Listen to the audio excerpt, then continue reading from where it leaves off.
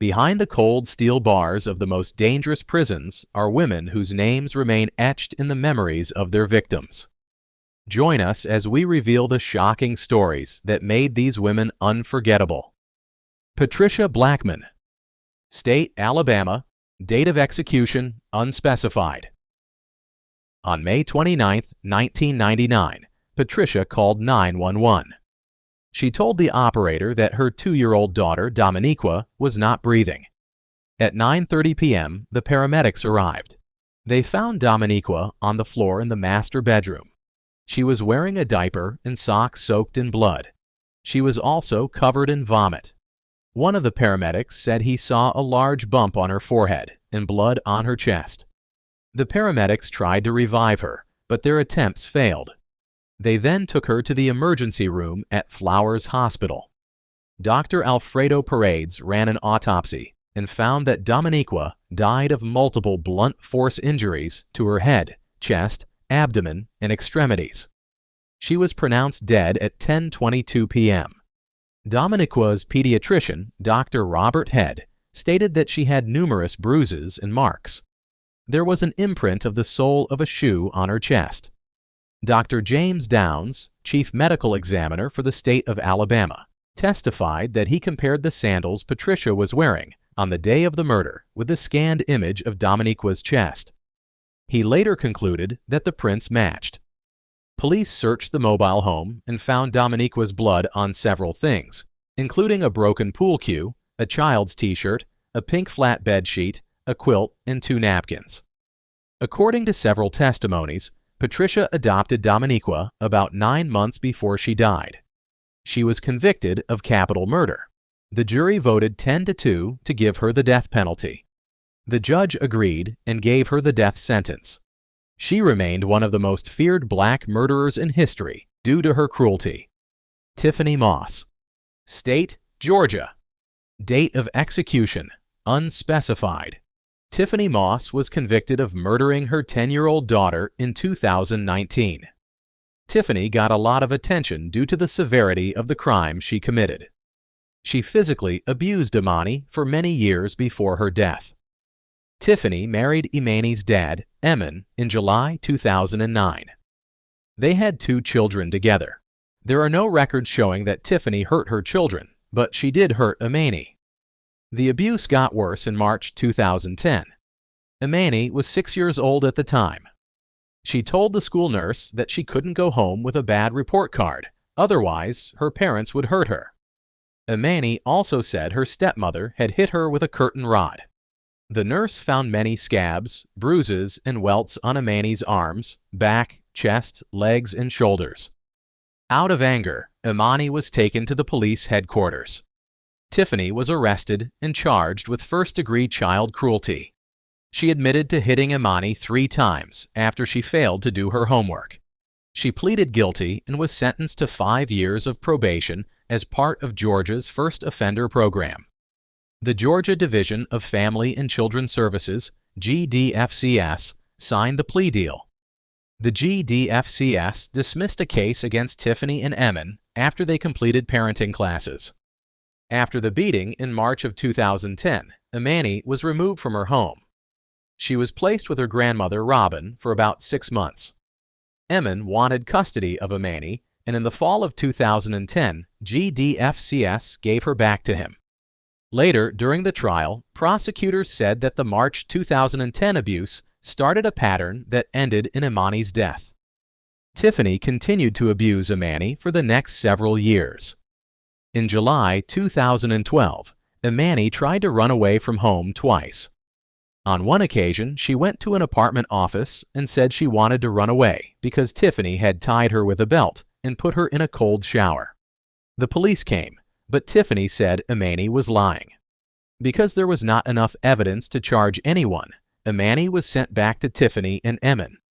In July 2012, a police officer found Imani sleeping in the bushes of a nearby apartment complex.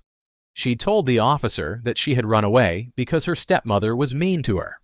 The officer reported the incident to the GDFCS and filed runaway and curfew violation charges against Imani to ensure she would see a juvenile court judge.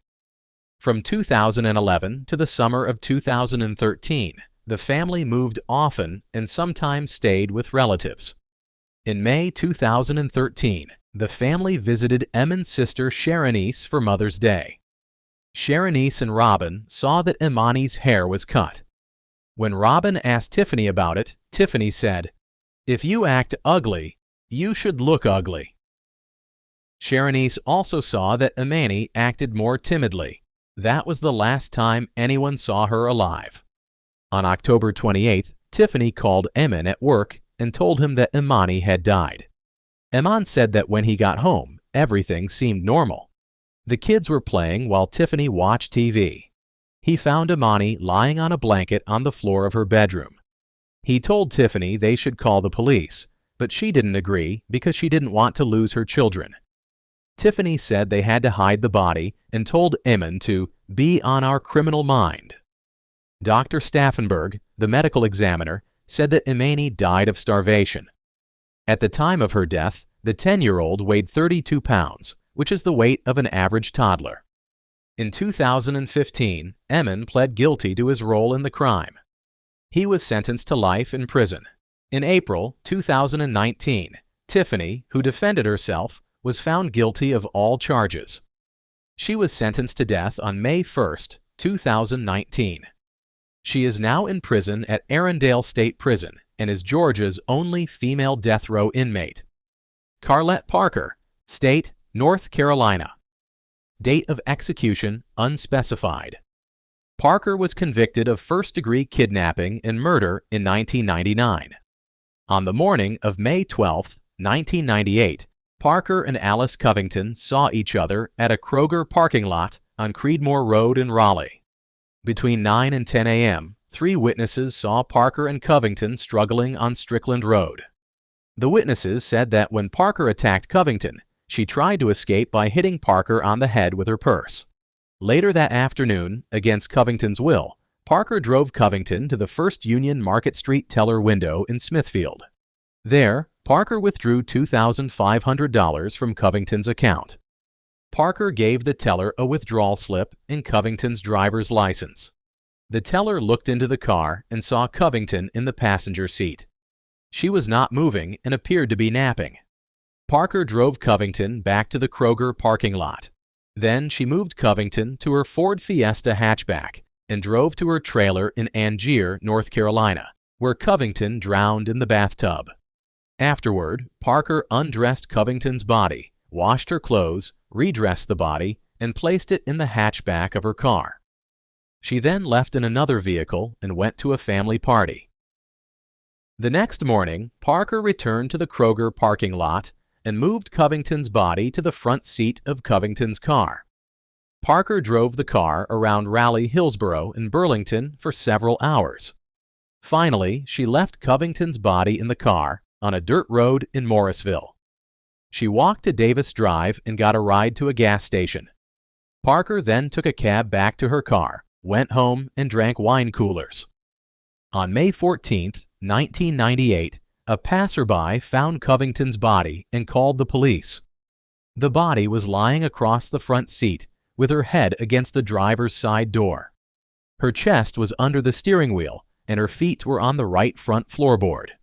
Investigators found significant bruising on Covington's face, neck, hands, upper arms, upper left back and shoulder, and left wrist.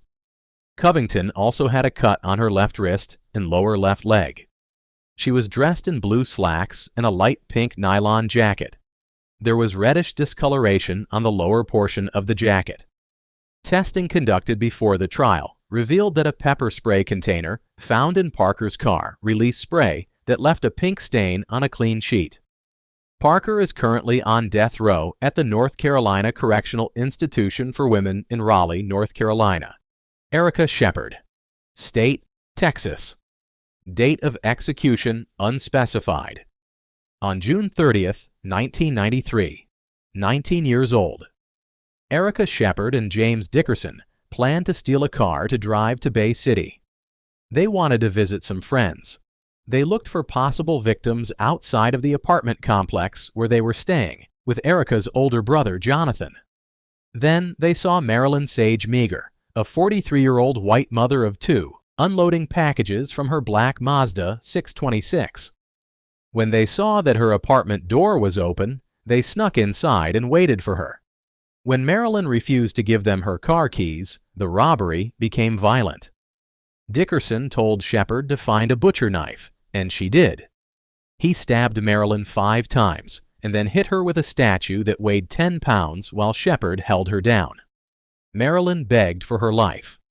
Shepard admitted to the police that she was there for the crime and did nothing to prevent it, but did not stab or beat the woman. One of Marilyn's daughters found her body. An acquaintance of Shepard provided police with the information that led them to Shepard and Dickerson. Eventually, Shepard was found guilty of murder and robbery. She was sentenced to death on March 3, 1995. Erica Shepard remains on death row in Texas. Antoinette Frank, State, Louisiana. Date of execution unspecified. On March 4, 1995, Antoinette Frank visited Kim An with Rogers Lacaze. It was a Vietnamese restaurant owned by the Vu family in New Orleans East. Frank was working off duty as a security guard. As the employees cleaned the closed restaurant, Xiao Vu went into the kitchen to count the money and then entered the dining room to pay Ronald Austin Williams II. Williams was Frank's colleague, working as a security guard that night to earn extra money.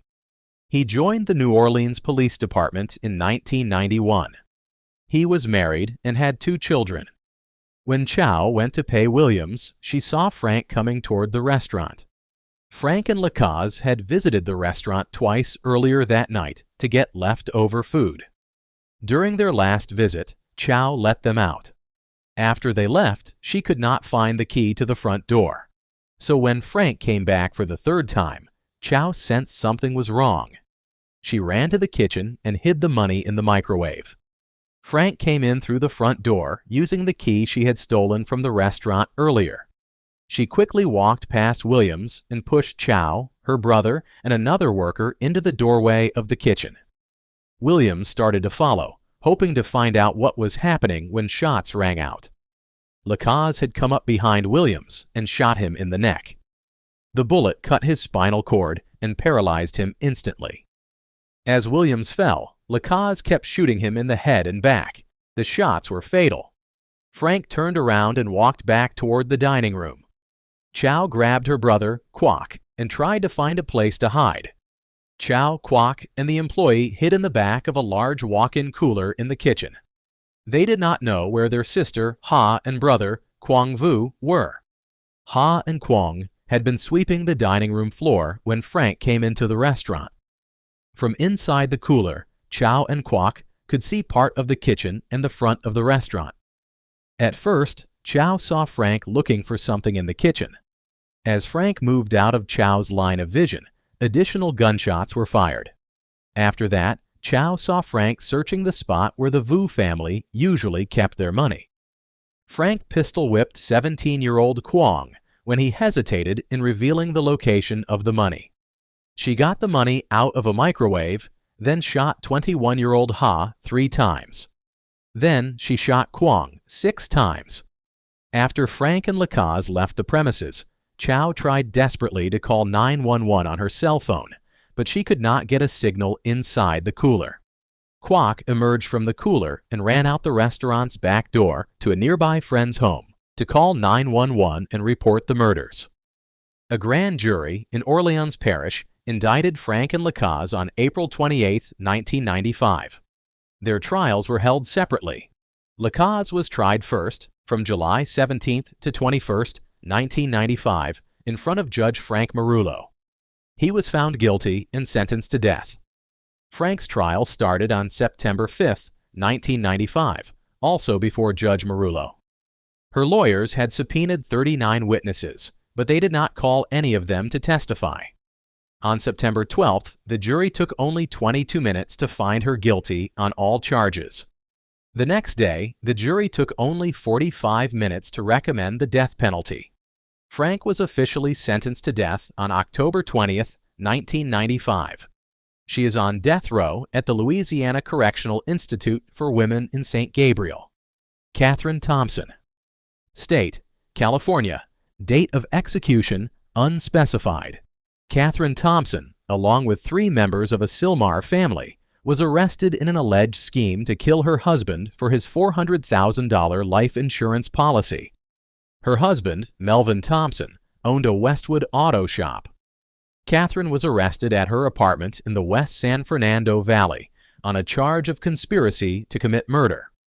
Also arrested were the suspected hitman, Philip Conrad Sanders, his wife, Carolyn, and her son, Robert Louis Jones. They faced the same charges. Melvin was shot just before 7 p.m. on June 14th while closing his auto transmission shop on Santa Monica Boulevard. A gunman entered, stole some cash and the Rolex watch Melvin was wearing, then shot him several times. Catherine claimed she had just arrived to pick him up when she heard what she thought was a car backfiring. Someone told her a gunman was inside, so she ran and called 911 from a payphone. At first, police thought Melvin's death was part of a string of Rolex robberies happening around Los Angeles. That same week, another man was shot in his Beverly Hills home during a struggle over a similar watch. However, suspicions quickly turned toward Catherine. A key break in the case came the day after the murder, when a witness gave police a license plate number from the getaway car. That led to the arrest of Philip Conrad Sanders. Investigators later discovered that Sanders and Catherine had been involved in a suspicious real estate deal. Catherine was questioned but not arrested at the time of the incident. Her lawyer, Alex Kessel, said in June that she had nothing to do with the murder and that police would never be able to build a case against her. But Deputy District Attorney Catherine Mader said evidence helped tie Catherine and the others to the murder. The stolen Rolex watch was found in the Thompsons' home. Mader said Carolyn Sanders helped plan the killing, and her son, Robert, drove the getaway car. Catherine was sentenced to death on June 10, 1993. Lorraine Allison Hunter. State: California. Date of execution: unspecified. On the morning of November 4, 2009, Lorraine Hunter called the trucking company where her husband, Albert Thomas, worked. She was in a panic because she hadn't heard from him since the previous night. Later that day, Albert's truck was located. A co-worker found him inside the cab, dead from 4 gunshot wounds. Initially, investigators believed it was a robbery that had gone wrong. But as they looked further into the case, they discovered that Albert wasn't the first of Lorraine Hunter's husbands to be mysteriously gunned down. Lorraine met Albert 3 years after the death of her former husband, Alan. Albert moved to California and the two got married. From the outside, things were going well. However, that peaceful life was shattered on November 4, 2009. Albert missed a scheduled delivery that morning. Don Moore, his former supervisor, said, "Albert was a dependable, very responsible individual who worked for me, and he was never late. When I pulled up Albert's truck and saw the truck hadn't started, that's when I got concerned." Lorraine was worried too. She called Albert's work and asked if they knew where he was. Albert's truck was parked in the spot where he normally left it when he wasn't working. Nothing appeared to be missing from the truck, and no shell casings were found. Detective Patterson spoke with Lorraine and her daughter, Brianna, while police searched the area, but no witnesses or new evidence were found. The medical examiner later confirmed that Albert had been shot 4 times with a .38 caliber revolver.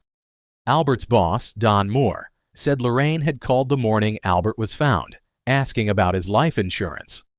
"The fact she was calling about life insurance so quickly just stunned me," Moore said. "I mean, personally, myself, that's the last thing I'm thinking about." The detective asked Lorraine to take a polygraph test. She agreed at first, but never showed up. Later, a lawyer sent a letter requesting that the police stop contacting her. The case went cold for 2 years until Lorraine's niece, Shanice Hunter, was arrested for shoplifting. She told police she had information about Albert's murder. Police brought Lorraine and Brianna, Lorraine's daughter, in for questioning, During her interview, Brianna told detectives that her mother had killed Albert. She said on the night of the murder, the three of them went to his truck. Albert had bought her a sweater and left it there. According to Press Enterprise, they all got into the cab, and when Albert bent over to retrieve the sweater, Lorraine shot him in the back. In October 2011, Lorraine and Brianna were arrested. Brianna later pleaded guilty to 3 counts of attempted murder and 1 count of voluntary manslaughter related to Albert's death. She was sentenced to 18 years and 4 months in state prison. After 3 hours of deliberation, the jury found Lorraine guilty of first-degree murder and conspiracy. They also found the special circumstances and financial gain to be true. In December 2017, the judge followed the jury's recommendation and sentenced Lorraine to death. Celeste Carrington, State, California. Date of execution unspecified. Carrington was sentenced to death on November 23, 1994. She was convicted of killing a 34-year-old Hispanic man on January 26, 1992 in San Carlos. She also killed a 36-year-old Hispanic woman on March 11, 1992 in Palo Alto during burglaries. A third robbery victim was shot 3 times by Carrington, but survived. The victim later testified against her. Carrington claimed that her lover forced her to commit the crimes so she could give him money. Her first and second victims were Victor Esparza and Carolyn Gleason. Celeste Carrington was sentenced to death on November 23, 1994. Margaret Allen. State, Florida. Date of execution unspecified. Margaret A. Allen was sentenced to death in Brevard County on May 19, 2011. She tortured and killed her housekeeper, Wenda Wright, whom she suspected of stealing from her. Prosecutors said that Margaret Allen tortured Wenda Wright for hours before strangling her with a belt. Margaret Allen got help from her roommate, James Martin, and her nephew, Quentin Allen, to bury the body in a shallow grave. Wright denied stealing from Margaret, and that led to an argument. During their argument, Margaret started hitting Wright. Quentin said he was told to help hold the victim while Margaret used a cloth belt to tie Wright's legs. He was also told to stop her from getting up. Margaret then put her knee on Wright's neck and poured bleach and other chemicals on Wright's face. Wright was gagging on the chemicals and begged for her life. Quentin said that Wright eventually stopped moving. The next day, Margaret picked him up to help dispose of Wright's body. A medical examiner's report said the main cause of Wright's death was violent actions and cocaine intoxication. They buried her in a shallow grave near State Road 46 in North Brevard. Quentin led the police to the scene where they found the grave. Quentin pleaded guilty to second-degree murder. James Martin pleaded guilty to accessory after the fact of first-degree murder and served about 5 years. In 1991, Margaret faced a charge of first-degree murder. She was sentenced to death on May 19, 2011. Tina LaSonia Brown. State, Florida. Date of execution unspecified. In 2012, Tina LaSonia Brown was found guilty of first-degree murder in the death of Audriana Zimmerman. In 2010, Brown, her daughter Brittany Miller, and neighbor Heather Lee cruelly attacked Zimmerman. After beating and stunning her, they placed her in the trunk of a car and drove to a wooded area off Lepley Avenue. When they got there, they poured gasoline on her and set her on fire. Investigators said a disagreement over a man triggered the attack. Zimmerman managed to run to a nearby home and call 911 after the attack. She was taken to a hospital in Mobile with severe burns covering 60% of her body. She passed away 2 weeks later. Brown's jury found her guilty and recommended the death penalty unanimously. Heather Lee pleaded guilty to second-degree murder and was sentenced to 25 years in prison. Brittany Miller was sentenced to life in prison without parole. Brown was sentenced to death on September 28, 2012. Deborah Denise Brown. State, Indiana. Date of execution unspecified. Brown and her love interest, Alton Coleman, lured 9-year-old Annie and 7-year-old Tamika Turks to a secluded wooded area. The couple removed the younger child's shirt, and Brown ripped it into strips and used it to tie up the girls. When Tamika began to cry, Brown held the child's mouth and nose. Coleman stomped on her stomach and chest, then threw her lifeless body into a weeded area. Next, both Coleman and Brown sexually assaulted Annie, threatening to kill her if she did not do as they instructed. Afterward, they choked Annie until she lost consciousness. As the authorities were uncovering Tamika's body, Coleman and Brown struck again. Donna Williams, age 25, from Gary, Indiana, was reported missing. Nearly a month later, on July 11th, Williams' decomposing body was found in Detroit, with her car parked half a mile away. She had been sexually assaulted, and the cause of death was ligature strangulation. On another occasion, Coleman and Brown sexually assaulted and murdered Tunny Story of Over the Rhine, a working-class neighborhood of Cincinnati. Story's body was discovered 8 days later. Underneath it was the bracelet that was missing from the Temple home. On July 12, 1984, Alton Coleman was added to the FBI 10 Most Wanted list as a special edition. A major national manhunt was launched to capture Coleman and Brown. On July 20th, Coleman and Brown were arrested without incident in Evanston. A multi-state coalition of police was formed to strategize on how to prosecute the couple best. Authorities chose Ohio as the first state to prosecute them, aiming for the death penalty. Alton Coleman was executed on April 26, 2002, by lethal injection at the Southern Ohio Correctional Facility in Lucasville, Ohio. Brown is on death row in the Ohio Reformatory for Women, Indiana. Shonda D. Walter. State, Pennsylvania. Date of execution, unspecified. On March 25, 2003, Walter killed James Sementelli as part of a gang initiation and robbery. Walter slashed Sementelli 66 times with a 10-inch hatchet as he begged for his life. Witnesses also said that during the killing, she stopped to say the Lord's Prayer and carved a cross in Sementelli's stomach as he was dying. Later, Walter took $510 in Sementelli's car. Walter was sentenced to death on April 19, 2005. Linda Carty, State, Texas. Date of execution unspecified.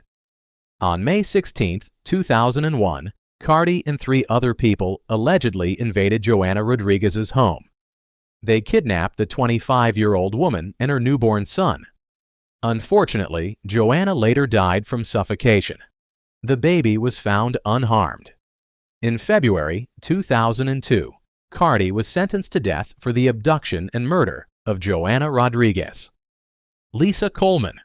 State, Texas. Date of execution, September 17, 2014. In June 2006, Coleman was convicted and sentenced to death for capital murder. She was living with her girlfriend, Marcella Williams, in an apartment complex in Arlington. On July 26, 2004, paramedics found the starved body of a 9-year-old boy at the apartment.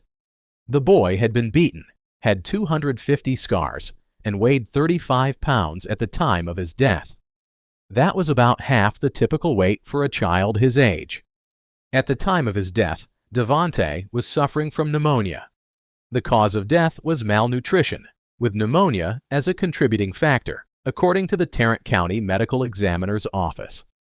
At first, Coleman and Marcella Williams were arrested and charged with injury to a child. However, the charges were later upgraded to capital murder.